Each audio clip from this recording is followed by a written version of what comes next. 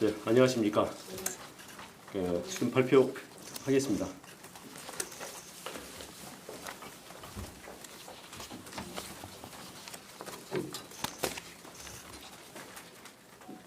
내란 예호안 특별검사팀은 수사 개시 후 전 대통령 윤석열, 전 국무총리 겸 대통령 권한대행 한덕수, 전 경제부총리 겸 대통령 권한대행 최상목, 전 행정안전부 장관 이상민, 전 법무부 장관 박성재, 전 국방부 장관 김용현, 전 법제처장 이완규, 전 대통령 비서실장 정진석, 전 경호처장 박종준, 전 민정수석 비서관 김주현, 국회의원 추경호, 임종덕, 전 국무총리 황교안 등 총 24명을 공소 제기하였습니다. 비상계엄을 선포할 명분을 만들기 위해 비정상적 군사작전을 통해 북한의 모력 도발을 유인하였으나 북한의 좀 이렇게 앞에 부분이 생략됐습니다. 다시 말씀드릴게요. 수사한 결과 윤석열 등은 2023년 10월 전부터 비상계엄을 준비하였고 군을 통해 무력으로 정치활동 및 국회 기능을 정지시키고 국회를 대체할 비상입법기구를 통해 입법권과 사법권을 장악한 후 반대 세력을 제거하고 권력을 독점 유지할 목적으로 비상계엄을 선포한 사실을 확인하였습니다. 비상계엄을 선포할 명분을 만들기 위해 비정상적 군사작전을 통해 북한의 무력 도발을 유인하였으나 북한이 군사적으로 대응하지 않아 실패하였고 이에 윤석열, 김용현, 노상원, 여인영 등은 국회에서 이루어지는 정치활동을 내란을 획책하는 반국가 행위, 반국가 세력으로 몰아 비상계엄을 선포하였습니다. 우리는 역사적 경험을 통해 권력을 가진 자의 측리 쿠데타는 내세웠던 명분은 허울뿐이고 목적은 오로지 권력의 독점과 유죄성을 잘 알고 있습니다. 윤석열은 취임과 함께 대통령실을 용산 군기지 내 합동참모본부 청사 바로 옆 국방부 청사로 대통령 관저를 한남동으로 이전하였습니다. 그 결과 대통령이 군 지휘부와 함께 군 기지 내에 위치하게 되었고 대통령과 경호처장 지척에 국방부 장관과 합참의장 공간 등 주요 군 지휘부의 공간이 이치함에 따라 대통령과 군이 밀착되는 여건이 조성되었습니다. 특검은 김용현과 수시로 만나면서 계엄을 준비한 전 정보사령관 노상원으로부터 입수한 수첩과 방첩사령관 여인영의 휴대폰 메모 등 객관적 밀접 자료와 관련자들의 진술을 통해 2024년 4월 제22대 총선 훨씬 전부터 윤석열은 김용현과 김용현은 노상원 그리고 여인영과 비상계엄을 순차 모의하고 준비해온 사실을 확인하였습니다. 김용현과 노상원은 2023년 10월 군 인사를 앞두고 육군참모총장, 방첩사령관, 지상작전사령관 등 군 인사 방안과 비상계엄 시 진압권이 될 수 있는 구사단과 34단에 대하여 논의하였고 2023년 10월 이후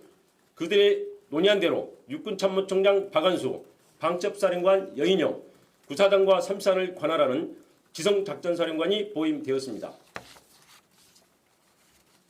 윤석열과 김용현 등은 그 이후 비상계엄 시기를 총선 후로 확정한 후 총선 결과에 상관없이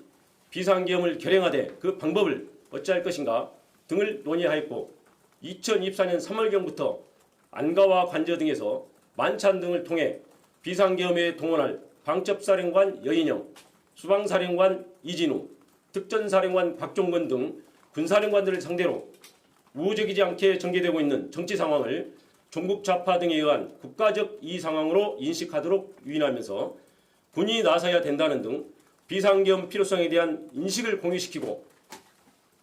비상계엄에 대한 윤석열의 의지를 규지시켰습니다. 그 과정에서 윤석열과 김용현은 2023년 7월 나토 정상회의 참석을 마치고 들린 화해회에서 동행한 강호필 합참차장에게 한동훈은 빨갱이다. 군이 참여를 해야 되는 것 아니냐며 한동훈에 대한 적개심과 비상계엄의 필요성을 말하였고 이에 강호필이 국방장관 신원식 합참의장 김명수에게 윤석열의 발언을 보도하자 신원식은 김용현에게 계엄 반대 사를 강하게 표명하였고 윤석열은 국방장관을 신원식에서 김용현으로 전격 교체하였습니다. 국방장관이 교체되자 야당은 비상계엄 선포를 강하게 제기하였고 대통령실, 김용현, 국무총리 한덕수는 거짓선동, 정치선동, 있어서도 안되고 있을 수 없다며 비상계엄 가능성을 일축하였습니다. 그러나 김용현과 함께 비상계엄을 준비한 노상원은 2024년 9월 9일 정보사 관계자를 직접 접촉하여 특수요원 중 사격 잘하고 폭파 잘하는 요원 7, 8명 선발을 요청하는 등 인력 자출을 시작하였습니다. 그리고 적 행동이 먼저임, 전시 또는 경찰력으로 통제 불가 상황이 와야 함,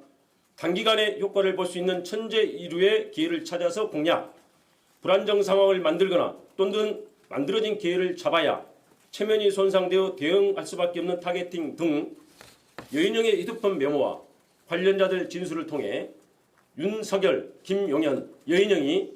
비상계엄 선포의 명분을 만들기 위해 북한의 무력 도발을 위할 목적으로 2024년 10월부터 다양한 비정상적 군사작전을 실행한 사실을 확인할 수 있습니다. 그러나 합참의 소극적 태도, 우크라이나 파병 등으로 북한이 무력 대응에 응하지 않아 비상계엄 명분 확보에 성공하지 못하였고, 이에 윤석열 등은 당시 정치 상황을 활용하여 행정과 사법 기능 마비 등 계엄 선포 사유가 없음에도 야당의 입법 및 공직자 탄핵과 예산 편성을 행정과 사법 기능을 마비시키는 내란에 해당하는 반국가 행위로 몰아 반국가 세력을 신속히 척결한다는 명분으로 2024년 12월 3일 심야에 비상계엄을 선포한 것입니다. 김용현과 비상계엄을 준비한 노상원의 수첩에 차기 대선에 대비 모든 좌파 세력 붕괴, 행사 후 국회 정치개혁, 민심관리 1년 정도, 헌법 개정, 국가안전관리법 제정, 선거구 조정, 선거법 박탈, 최상목 지시 문건에 국회에 전입되는 예산 차단, 국가 비상 입법기구 예산 편성, 이상민, 조지호, 김봉식 지시 문건에 5개 언론사 단전 단수, 민주당사 공세, 여인영 메모에 정치인 체포 명단, 체포조 운영을 통해서 윤석열 등은 무력으로 정치활동 및 국회의 기능을 정지시키고 국회를 대체할 국가 비상 입법기구를 통해 입법권과 사법권을 장악한 후 반대 세력을 제거하고 권력을 독점 유지할 목적으로 비상계엄을 선포했음을 확인할 수 있습니다. 검찰총장 재직 시 집권당과 대립하다가 검찰총장직에서 물러나 2021년 6월 29일 대통령 출마 선언을 하면서 집권당을 거대 의석을 가지고 자유와 법치를 부정하는 세력으로 규정한 윤석열은 2022년 11월 25일 국민의힘 지도부와 하는 만찬 자리에서 비상대권이 있다, 총살당하는 한이 있더라도 싹 쓸어버리겠다 라며 정치적 반대 세력에 대한 적대감을 드러낸 사실이 있고, 2024년 7월 강호필 합참 차장에게 자신이 법무부 장관으로 임명하였던 국민의힘 당대표 한동훈을 빨갱이다 라고 말하고, 2024년 10월 1일 군사령관들과의 만찬 자리에서는 한동훈을 잡아오라, 총으로 쏴 죽이겠다 라고 말하였으며 마음에 들지 않는 법관을 체포하려 하였습니다. 이러한 사실을 통해 윤석열이 신념에 따른 것이 아니라 자신을 거스르거나 반대하는 사람을 반국가 세력으로 몰아 비상계엄을 통해 제거하려 한 사실을 확인할 수 있습니다. 심지어 윤석열 등은 비상계엄과 국회 기능 정지의 명분을 만들기 위해 선관위에 무장 군인을 진입시키고 범죄 수사와 전혀 관련 없는 대북 작전을 수행하는 정보사 요원을 중심으로 수사단을 만들어 2024년 4월 총선 결과가 반대 세력에 의한 부정선거라고 조작하기 위해 그에 사용할 목적으로 사전에 야구방망이, 송곳, 망치 등 도기를 준비하기도 하였습니다. 우리 국민은 1980년 전두환 노태우 세력의 합수부가 권력 찬탈의 명분을 만들기 위해 반대 세력을 영장 없이 체포 감금하고 고문으로 사건을 조작한 역사를 생생히 기억하고 있습니다. 결국 윤석열은 2024년 4월 총선 전부터 비상계엄을 준비하고 북한의 무력 도발을 유인하여 비상계엄을 선포하려고 하였으나 실패하였고, 군을 통해 무력으로 입법권과 사법권을 장악한 후 정책 반대 세력을 제거하고 권력을 독점 유지할 목적으로 2024년 12월 전후의 정치 상황을 국정마비로 내세워 비상계엄을 선포한 것입니다. 이상입니다.